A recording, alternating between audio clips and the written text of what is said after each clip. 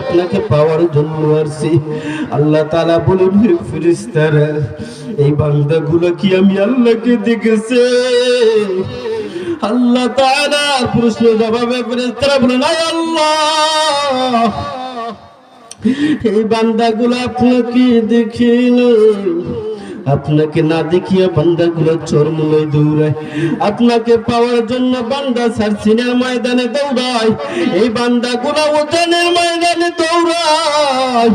এই বান্দাগুলো জৈনপুরি ময়দানে দৌড়ায়।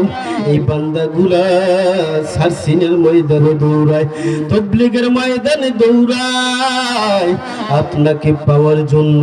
আয় আল্লাহ, ওই বান্দাগুলো আপনাকে না দেখিয়া ফরজি ভাবে বাইতুল নূর জামে মসজিদে উদ্যোগে মাহফিলে তারা বসে গেছি। আল্লাহ তাআলা বলেন, হে ফেরেশতারা, তারা কি চায়? কয় বলে, আল্লাহ আপনার জান্নাত চাই। আল্লাহ তাআলা বলেন, হে বান্দা, হে ফেরেশতারা, ওই বান্দাগুলো কি আমার জান্নাত দেখেছে? কয় না, ওই বান্দাগুলো আপনার জান্নাত দেখে নাই। আল্লাহ তাআলা বলেন, যদি বান্দাগুলো যদি জান্নাত দেখতো তাহলে কি করত?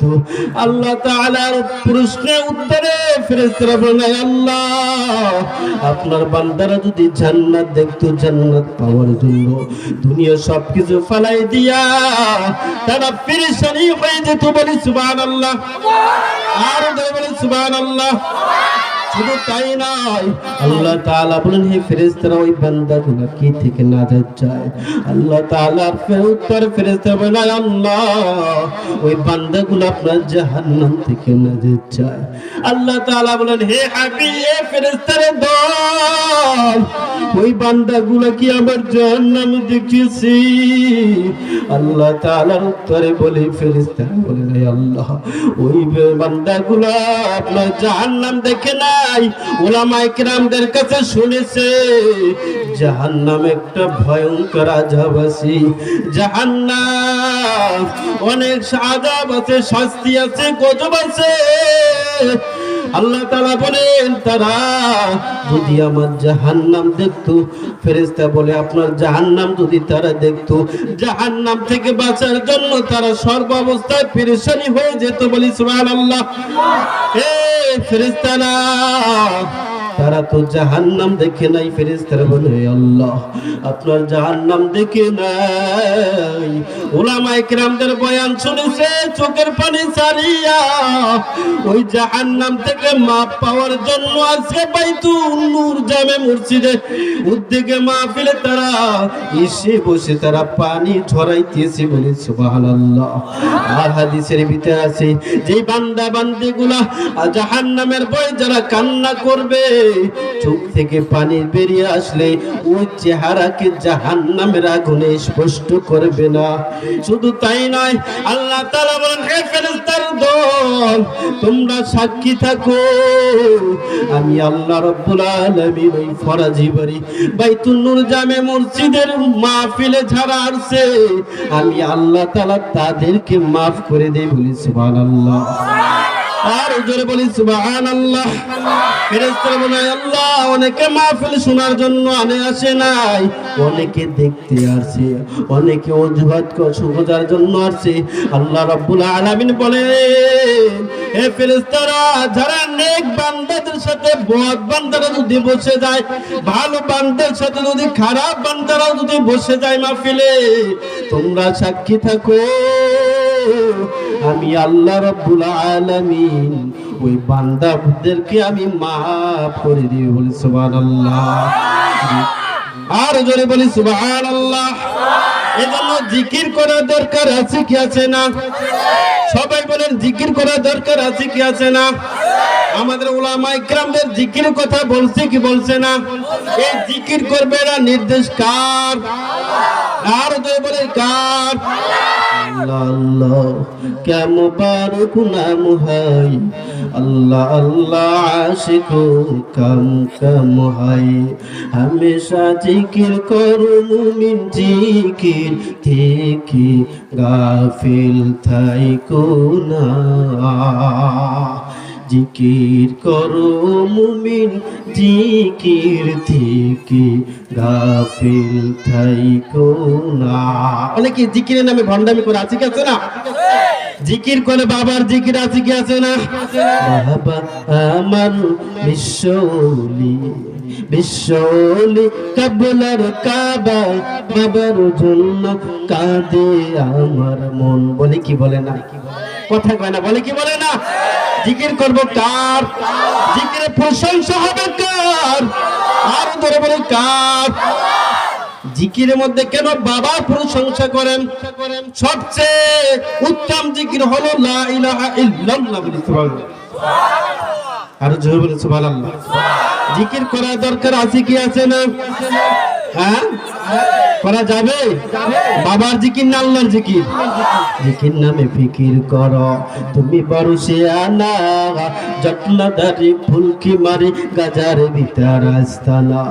দয়াল বাবা ভণ্ড বাবা লাগে আমার ডর, দয়াল বাবা ভণ্ড বাবা লাগে আমার ডর। ফেরেশতারা গরু জমারবে কবরের ভিতর, কথা ঠিক কিনা? জিকির নামে যদি ইসলামিক যদি জিকির করো, জিকির নামে যদি বাবার জিকির করো, জিকির নামে যদি ভণ্ডামি করো, কবরে গুরজো মারবে কে? আর যাবেন কে? জিকির নামে ফিকির করো তুমি বড় শিয়ানা, জটলাদারি ফুলকি মারি গাজার ভিতর আস্তানা। দয়াল বাবা ভণ্ড বাবা লাগে আমার ডর, দয়াল বাবা ভণ্ড বাবা লাগে আমার ডর। ফেরেশতারা গরু মারবে কবরের ভিতর, কথা ঠিক কিনা? আল্লাহ আল্লাহ বলে পাখি ডানা মেলে চলে। শান হবে কার নামে? গজল হবে কার নামে? না বাবার নামে? গজল হবে কিরাত আপনার কি হামদ হবে না হবে কার নামে?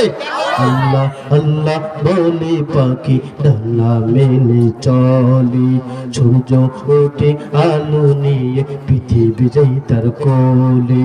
তোমার নামেতে কি যে মধু, তোমার নামেতে কি যে মধু। সব মধু কার নামে? আর তোমার কার নামে? তোমার নামেতে কি যে মধু হইছে সবাই মিলে।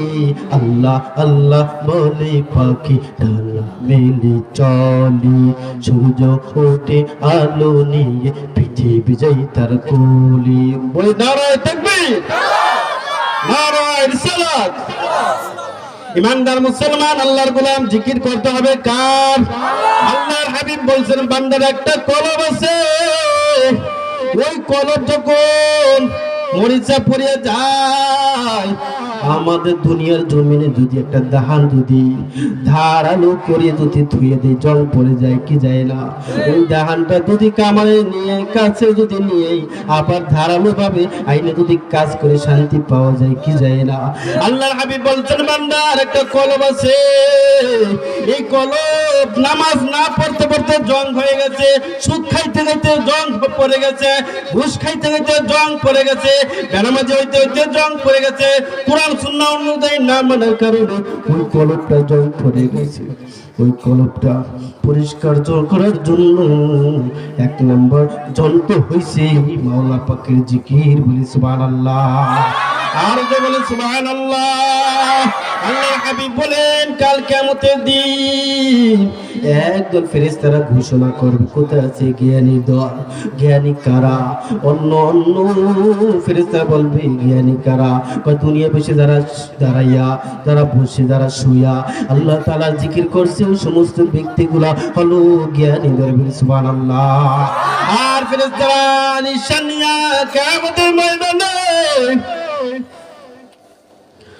দৌড়াইতে থাকবে আর বলবে জিকিরকারী ওরা কোথায়? যারা জিকির করবে ওই নিশানের ভিতরে আবদ্ধ হয়ে যাবে। আল্লাহ রাব্বুল আলামিন তাদেরকে মাফ করিয়া জান্নাতের বাসিন্দা হিসেবে কবুল করে নেবে। বলি সুবহানাল্লাহ। আর যারা জিকির করবে না দুনিয়ার ভিতরে নিজেকে বুদ্ধিমান মনে করে, নিজেকে ডক্টর মনে করে, ইঞ্জিনিয়ার মনে করে, বৈজ্ঞানিক দার্শনিক মনে করে কি করি না, কিন্তু যাদের ভিতরে আল্লাহ তাআলা জিকির না থাকে, আল্লাহ তাআলা ফিকির না থাকে, আল্লাহ রাব্বুল আলামিন কোরআনের ভাষায় বলে দেন উলাইকা হুমুল জাহিলুন। দুনিয়ার মানুষের কাছে শিক্ষিত হতে পারে, দুনিয়ার মানুষের কাছে ইঞ্জিনিয়ার হতে পারে, দুনিয়ার মানুষের কাছে বৈজ্ঞানিক হতে পারে, দুনিয়ার মানুষের কাছে ডক্টর হতে পারে, কিন্তু আমি আল্লাহ তাআলার কাছে জাহেল মূর্খের দল। আমরা আল্লাহর কাছে জ্ঞানী হতে চাই না মূর্খ হতে চাই? জ্ঞানী হতে চাই না মূর্খ হতে চাই? কাল কিয়ামতের দিন মুক্তির মেম্বারে একদলকে আল্লাহ তাআলা মুক্তির মেম্বারে সম্মানিত করবে, নূরে চমকাইতে থাকবে, অন্যান্য লোকেরা ঈর্ষা করে বলবে এরা কারা, এরা কারা, এরা কারা। তখন বলবে বিভিন্ন খানদান থেকে, বিভিন্ন গোত্র থেকে একত্রিত হয়ে মাহফিল শুনে, একত্রিত হয়ে জিকির করে এই ব্যক্তিগুলো কাল কিয়ামতের দিন মুক্তির মেম্বারে তাদেরকে আসান্বিত করে, তাদেরকে জান্নাত দান করে। বলি সুবহানাল্লাহ। এজন্য সকাল সন্ধ্যা জিকির করা দরকার আছে কি আছে না? যে অবস্থায় থাকি না কেন মুখে জিকির করা যাবে? যে শিশির ভিতরে সরিষা তেল রাখে, কাজ করলে সরিষা পরে কি পড়ে না? তেল মধু থাকলে কাজ করলে মধু পরে কি পড়ে না? কথা বলেন পরে কি পড়ে না?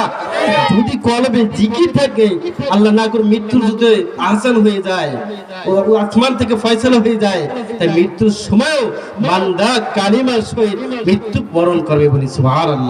আল্লাহ তাআলা যেন আমাদের সকলকে জিকির করা তৌফিক দান করুন। আমিন। ওয়া আখিরু দাওয়ানা আলহামদুলিল্লাহি রাব্বিল আলামিন। আমার জন্য দোয়া চাই।